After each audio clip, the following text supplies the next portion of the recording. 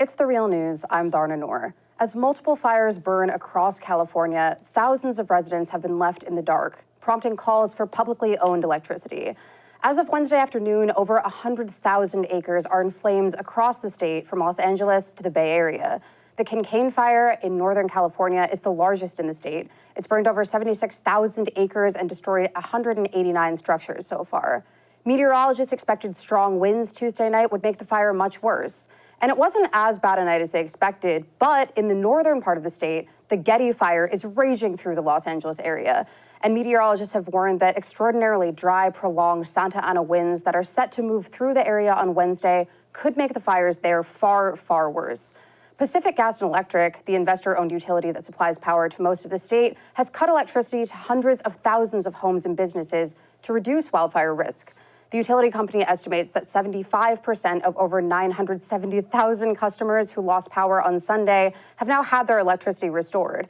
And the company says that that move was necessary because hot, dry wind can knock down power lines and start fires in the dry trees and devastation. But the blackout spurred outrage from many, and some are now calling to make the utility company publicly owned. PG&E, which provides power to most of the state, filed for bankruptcy in January, citing potential civil liabilities in excess of $30 billion from the fires. Now joining me to talk about all of this is Johanna Bozuwa. She is a research associate at the Democracy Collaborative. Thank you for being here again. Thank you so much for having me, Darna. So again, on Sunday, as California Governor Gavin Newsom declared a statewide emergency, PG&E cut power to almost 1 million Californians. And a few weeks ago, they cut power to some 2 million people. Some of them didn't even get a warning. Was this move justified? I mean, again, the company says that it was to protect from further wildfire risks. Yeah, so I mean, obviously we don't want to put us at more wildfire risk, but this is a longer story, right? I mean, PG&E has disinvested in its grid for decades upon decades, and that has led us to the situation in which we have a precarious energy system that can't handle when these new climate-induced wildfires are happening much more often.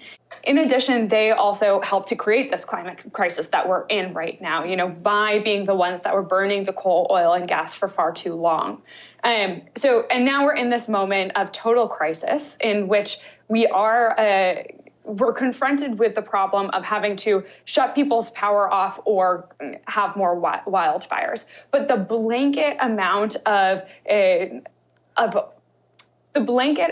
people that they're shutting off power to is totally unacceptable. And they aren't actually taking the time to set up the structures we need so that people can survive these wildfires.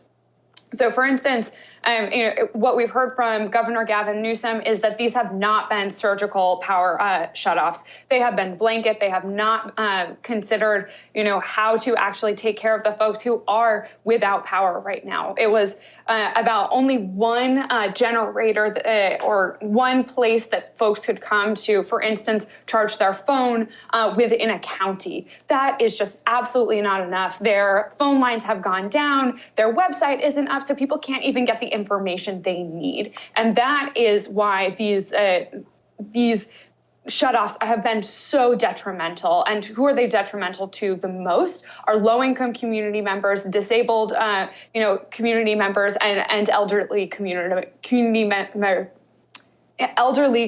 members who may need access to energy for things like medical assistance or to keep their medicines cold so that they can take them, life-sustaining things that now PG&E, because of their lack of precision in terms of how they were doing these shutoffs, has left these people truly in the dark. And of course, as you said, PG&E has fueled the climate crisis. They've, harmed people by shutting off electricity, sometimes without warning. And of course, they also, they filed for bankruptcy in January because they were found responsible for, at least in part, fueling last year's Camp Fire, the deadliest wildfire in California's history. And then 2 years ago, in 2017, PG&E was found responsible for at least 17 of 21 major wildfires. How does an electricity company help fuel these kinds of disasters? Well, I mean, it helps fuel it through, a commitment to fossil fuel infrastructure, to, not investing in the grid as it needs to, and just being negligent, right? These corporate entities are much more interested in their profits and their shareholders than they are to the community members of California. And they've proved that time and time again. This is not the first time that PG&E has gone bankrupt. This is not the first time that we've seen them put corporate actors and themselves ahead of the people of California.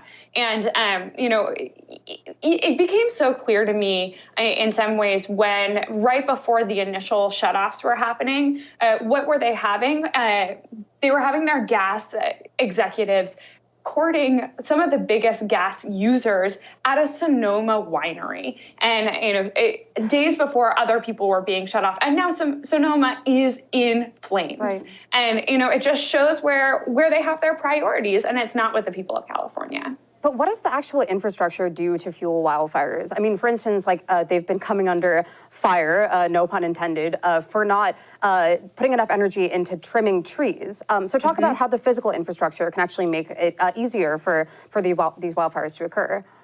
Yeah, so I mean, there's a bunch of stuff where basically they have not been taking care of their transmission. Those are the big pieces of infrastructure that cross the state that are helping to provide access to energy to different parts of the state. Those things have not been invested in years. And the Wall Street Journal did some really good reporting on this that showed that you've seen less and less investment over time by PG&E. And so that when you're just allowing your grid to degrade to such a degree and aren't out there thinking about trimming trees, and also not thinking about what new technologies we have to actually deal and confront with the new issues that necessitate us thinking better about resiliency, right? So that means investing in distributed energy resources like, community solar. It means thinking about things like microgrids that we can better turn on and off different parts of the grid and be more responsive. Obviously, PG&E has not done that, and now we're in this crisis because they haven't been thinking ahead. They haven't been thinking about how they react to the climate crisis effectively, and their infrastructure reflects that. And you're an advocate, obviously, of making power public to respond to these kinds of crises. And you're not alone. On Sunday, presidential candidate Bernie Sanders tweeted, "It is time to begin thinking about public ownership of major utilities." On CNBC, California Representative Ro Khanna from Silicon Valley also called for the state to make PG&E publicly owned. And you've been, researching this and advocating for this for a long time. What would making the utility public do to protect Californians from these kinds of wildfires, from climate change? Yeah, Darna. So for me, this is about accountability. It's about democracy, and it's about providing a public service like it really is a public service. I think what we need to understand is that with publicly owned utility, we are the ones in charge, and we are the ones that are designing that institution. Right now, in an investor-owned utility model, the incentives are to make returns, and that's not actually always in the public interest, as we've seen with PG&E. And so by putting us in charge, we can design the institution so it's reacting to the California context, so that is helping the people and providing a public service like it really is something that belongs to the public. And additionally, it also provides us more opportunity to be engaged and hold accountable our systems. In a publicly run system, we are in a situation in which we don't have the same amount of corporate influence that is going to be influencing the future of our energy system, right? Because investor-owned utilities pour millions and millions of dollars into our legislatures, right? So California, and that is why PG&E has been able to get so much out of the California context. And just that's not to say that a publicly owned system is going to be the perfect one, but it's how we organize and how we build that institution. We have an opportunity to create something that is from the get-go, climate resilient, that's thinking about issues of democracy and is thinking about these issues of corporate influence. And, often people who may say that, hey, why would public institutions be any better? They can also lobby. The magnitude is just so radically different, right? PG&E at the national level spent $10 million lobbying. And their Edison Electric Institute, that provides a lot of the industry's lobbying for them, also spent another $8 million on lobbying. Let's now contrast that to what the American Public Power Association spent, which lobbies on behalf of public power. It was under $1 million. So we just have far more recourse when we have a public institution and we are able to actually design it from the get-go in this situation. So last month in September, San Francisco officials offered to purchase the parts of the utility grid that serve the city and county of San Francisco, and their local public utilities commission said that the deal wouldn't raise electricity rates locally. That's a concern sometimes when utilities become publicly owned, that rates will go up. But they did say that it could increase the rates in the rest of California. And some are also concerned that that move could increase the fire and liability risk for the rest of PG&E's territory. So I just want to take a look at a clip from Leah Stokes on Democracy Now! This past Tuesday. There's some reasons why cleaving off a part of PG&E into a municipal utility for San Francisco, I don't really feel makes sense, because what you're going to do is have a huge amount of fire risk and liability for the rest of the PG&E territory, which theoretically will not be under that San Francisco municipality's control. And so my concern about some of these campaigns that are playing out, particularly in San Francisco as well as in New York City, to try to turn existing private utilities into sort of city-owned public utilities, is that they're breaking up these larger utilities into smaller urban areas where, of course, we have progressives, and that's great, but what happens to the rest of the system? So what's your response to that kind of critique? Yeah, so I respect Leah Stokes immensely. I think she's an incredible political scientist. And I think for me, there is still a justification for San Francisco municipalizing. And I think it's because it is the domino that can be tipped. Right?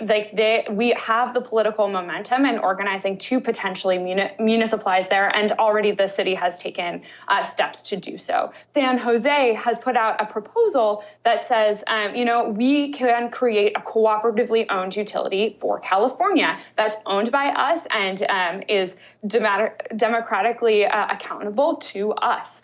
And that, I think, is, from political momentum perspective, one of the real benefits of seeing this wave of municipalization happening. And actually, from a historical perspective, this is what happened in Nebraska. Nebraska is the only fully public power state. And the way that happened was about 10 to 15 years. There was some enabling legislation in Nebraska. People were so fed up with the investor-owned utilities that were extorting it and exploiting them that the enabling legislation allowed them to municipalize. And they did it. A wave of municipalizations followed. Then in 10 to 15 years, it was a fully public state, and they have created a system that is based off of that, therefore. So I think that would be one of my responses. And the other one is that PG&E is fear-mongering to a certain degree as well. I think we absolutely need to think about the transition and what it could potentially mean and how do we mitigate that situation. And but I also think that PG&E will take any opportunity to try to exploit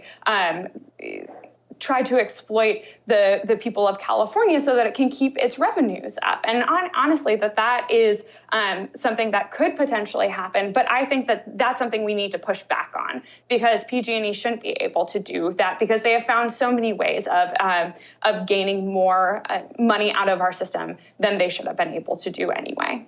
Is it also easier to hold public utilities accountable than private ones? Obviously, there's been issues of malfeasance in both public utilities and private ones. Yeah, and I think that's a really important question to answer. I mean, when it comes to private, it's always said if the public can't do this. Well, private corporations are filled with malfeasance, and the issue there is that we have we have less recourse. We have less ability to actually hold these, for instance, utilities accountable. I mean, we had Enron that already happened, and then we re-upped with PG&E, and the same thing is happening again.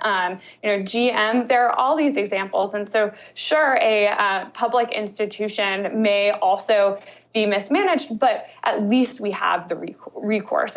And for the context of PG&E, the proposals that are on the proposals that are out right now, it's either we keep on going with PG&E, we have Berkshire Hathaway come in, which is a big utility corporation that's been shutting down the type of distributed solar we need in order to create resiliency. And we have Elliott Management coming in, being called an activist investor. In fact, they are a vulture investor or a disaster capitalist who's coming in and trying to make as much money as a Wall Street investor off of this climate crisis. And what they're going to do is try to extract as much money from this process as possible. And at the end of the day, that's not actually about resilience. And so at least in a public institution, if we are the ones that buy it, we have more recourse than we would elsewhere. And what about the climate impact? So in the wake of these fires on Wednesday, the youth-led environmental advocacy group, the Sunrise Movement, held a sit-in at House Speaker Nancy Pelosi's office demanding climate action. And of course, wildfires are fueled by the climate crisis. Wildfires themselves are normal, but they've become much more severe as the state has gotten hotter and drier.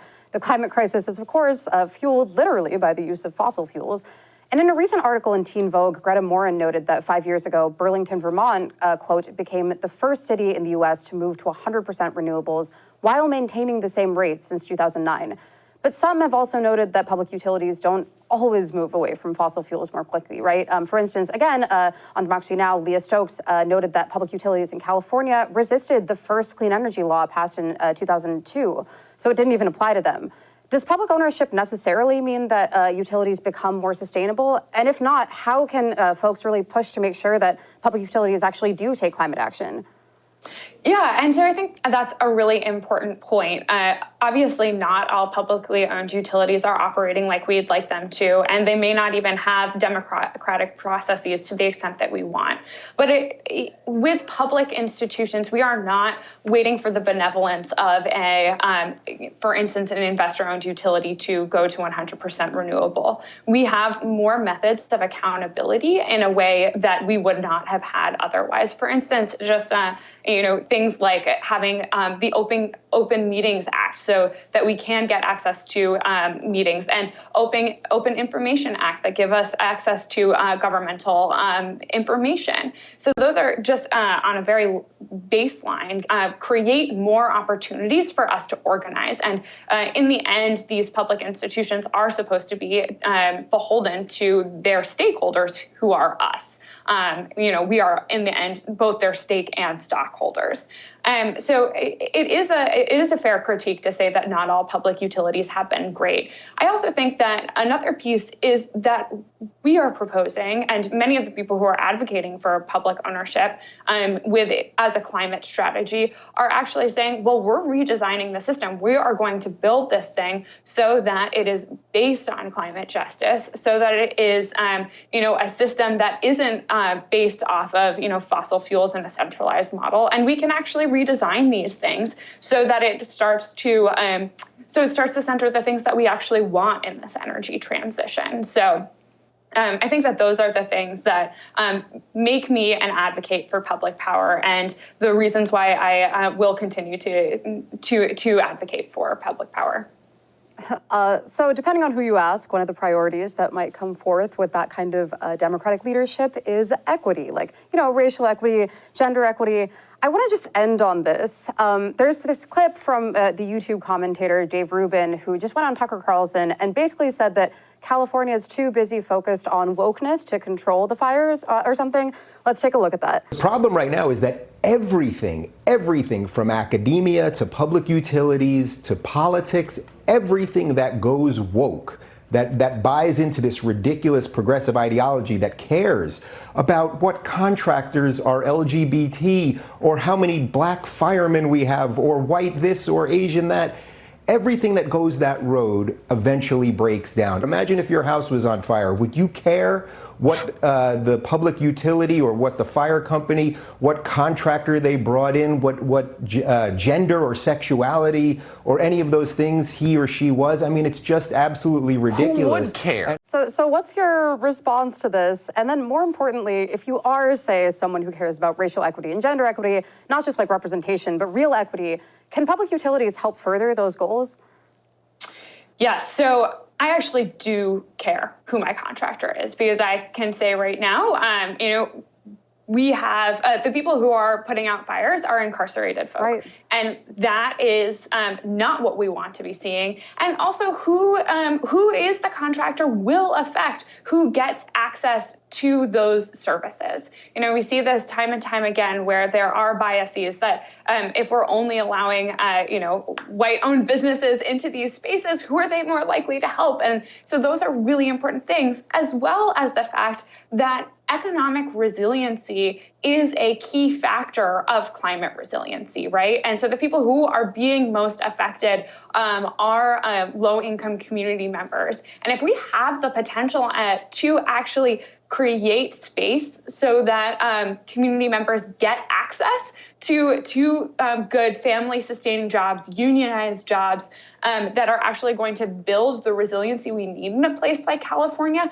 that is going to have multiple layers of benefit. And that's a lot of why I think the Green New Deal is so exciting, and we're seeing it in these other spaces as well, is that it's marrying explicitly those two things, like economic and social benefit and social justice, to climate, because it actually does matter. And what we've seen time and time again is that people of color and low-income communities are subjugated on behalf of higher income community members. So, I mean, what we see right now is that, for instance, higher income people are able to have private access to firefighting. That is absolutely not something that, we need people to have the same access to these services. And to say that racial equity is getting in the way is incredibly misguided in what we actually need to do to create resiliency.